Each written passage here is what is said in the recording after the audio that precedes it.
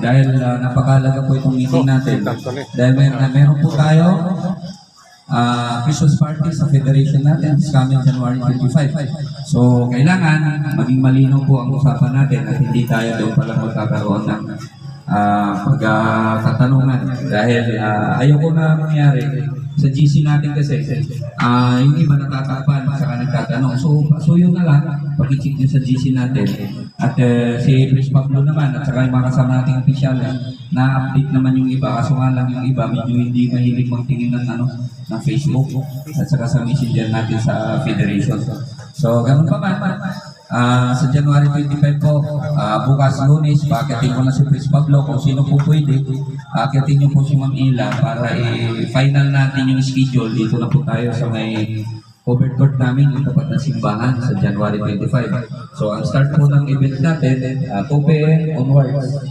So maybe ba, gabihin tayo. Basta na importante, alas 2, nandun na tayo. Pangalawa, ang bawat una po ay mayroon tayong teaching officers. Di po ba? Ngayon, sa teaching officers nyo, pinagawa na natin ng 20. Bahala na kayo pumili. Ngayon, sa mga bagong presidente, mag-usap na lang kayo ng mga lumang presidente natin. Pag-usapan nyo po kung ano ang magiging sitwasyon nyo. Una, dahil sila pa naman talaga nakaupo ron, dahil 1 month pa naman ang turnover. Pero binibigyan to namin kayo ng karapatan na kumuha na rin kayo ng mga kasama nyo. Ano po? Welcome po sa toda natin. At wala pong hindi kasama, kundi kasama tayo lahat. Dahil isang hangarin po natin na maging maayos at magkaroon tayo ng pagkakaisa, lalong-lalo na sa Federation. Dahil sa totoo lang, ngayon po nakita natin yung harmonious at saka relationship natin bilang isang namumuno at ang mga nasa toda ay mayroon po unity. So, doon po tayo pumasok sa nakita po natin ang successful sa 3 years term, 2 years term na pag-upo po. Di po ba? So, ngayon, after po ng national, magkakaroon tayo ng election. Yan, ang representative po ni Chris Pablo Cantoria sa Greenwoods. Okay? So, ngayon, ang next po natin na agenda, yung sick renewal natin sa Ficatoda. Nakaumang na po yung review ng bylaws natin, at the same time yung mga rules and regulations. So kung mayroon kayong concern, pakicheck nyo na rin po. Bigyan nyo ng time kasi mahirap naman yun na-implement natin tapos may mga komento tayo. Before po natin pasok as Federation na talagang inanuhan natin, inupuan natin, pinagkaisahan natin, dapat aware tayo at makita natin yung bylaws. Update na lang, update nyo na lang, check nyo. Kaya kung may time kayo, although kasama natin si Prince Herming Sampagan ng MSA, yan ang inilagay natin as isa rin sa nag-ano ng bylaws natin. Kasama si Prince Pablo. Di ba? So, yun na, nabanggit ko na kanina, yung Ficatoda election natin, siguro last week ng May. Okay na ba sa inyo yan, mga kasama?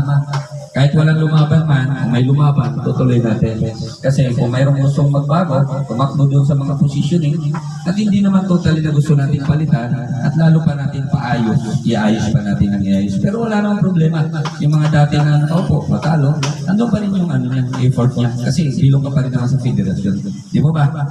Siyempre, other matters natin, kung may mga katanungan kayo, at siyempre, ngayon pa lang mga kasama press, kung mayroon kayong mga katanungan, lalo na sa implementation natin, sa bawat koda, nagkaroon man yan ng pagbabago, dahil po, napasukan tayo ng piso.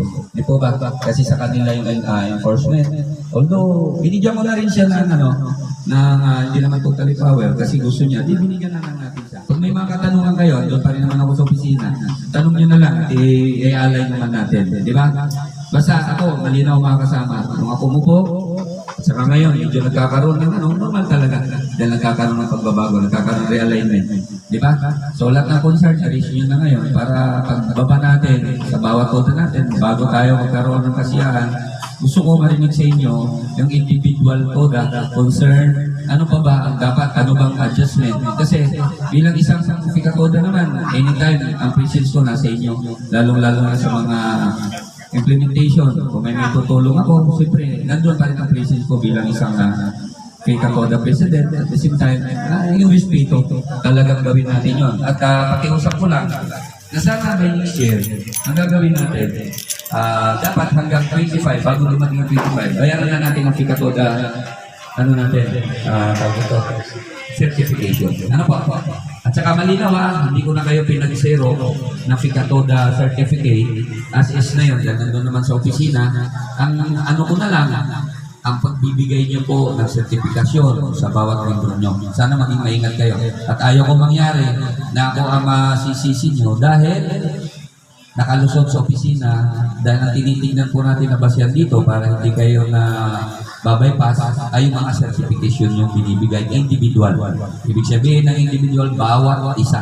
Lahat sa mga implementation rules and regulations.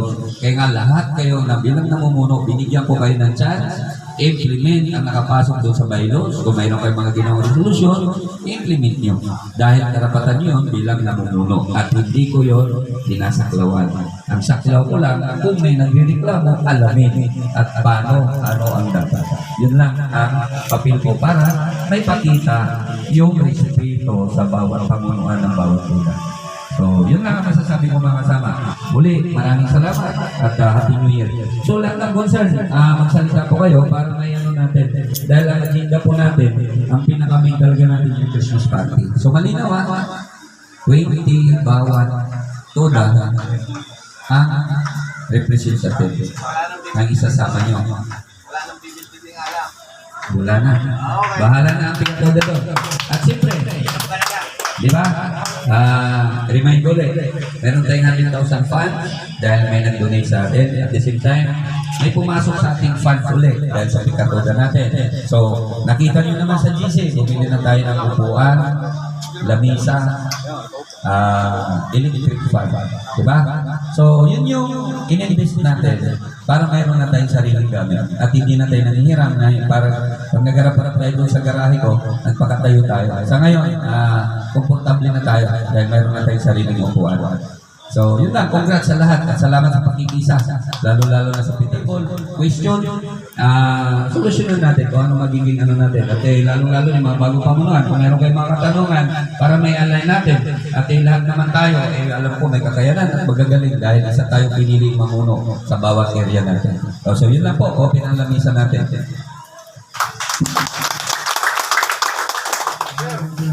Yun ang aming main terminal. Ang kaisa, puro sa terminal. Kasi may oras na mga kami doon. Ang nagiging maghapunan namin yung kapag. Ay, salamat. Pati TV, wag. Wala ko na. May oras ka. Ang problema, ano yung Upos na naman ito.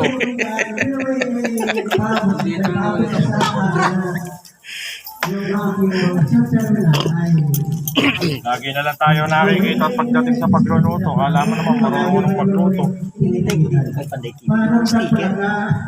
Oo nga pala, meron ako ng stabilan mamaya. Kung nga naman pre kami, hindi mo kami pinadala ng sticker. Lagi mo kami, paborito mo kami video tapos ayaw mo kami dadala ng sticker. Nanganganok eh. Sa susunod, di ka na namin anuhin. Salangan mo na yung isda. Ito, may naman ako. Kasi niya lang yung term niya. Kaya napilitan po ako ulit bumalik. Ayun na po. Si may first po. Joel San Juan nga po pala. Ay, lapit ka rin daw. Kilala kayo. Hermenegildo Sampaga, Hermine lang kasi napakahaba yung Hermenegildo. Taga Midtown Village po sa Kaitas, San Andres. Ako po yung presidente ng M sa Toda, yung tri-bike dun sa loob ng Midtown. Maraming salamat po at magandang umaga.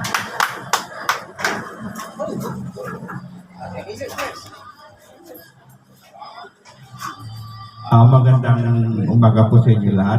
Ako nga po pala si Anthony Aquino, President ng Village San Isidro. Binabati ko kayo ng magandang umaga at late Happy New Year. Salamat po. Magandang umaga po. Ako po si Dexter Gongora ng EGRSJ Toda po. Maraming salamat po. Sa may Greenland na po tapat po. Kulay Violet. Maraming salamat po. Po sa lahat, Ronnie Bersabal po, DSJ Toda, El Santos. Morning po sa inyo lahat, SSRBY Toda, sa Britang Patulang Simbahan po si Ansel.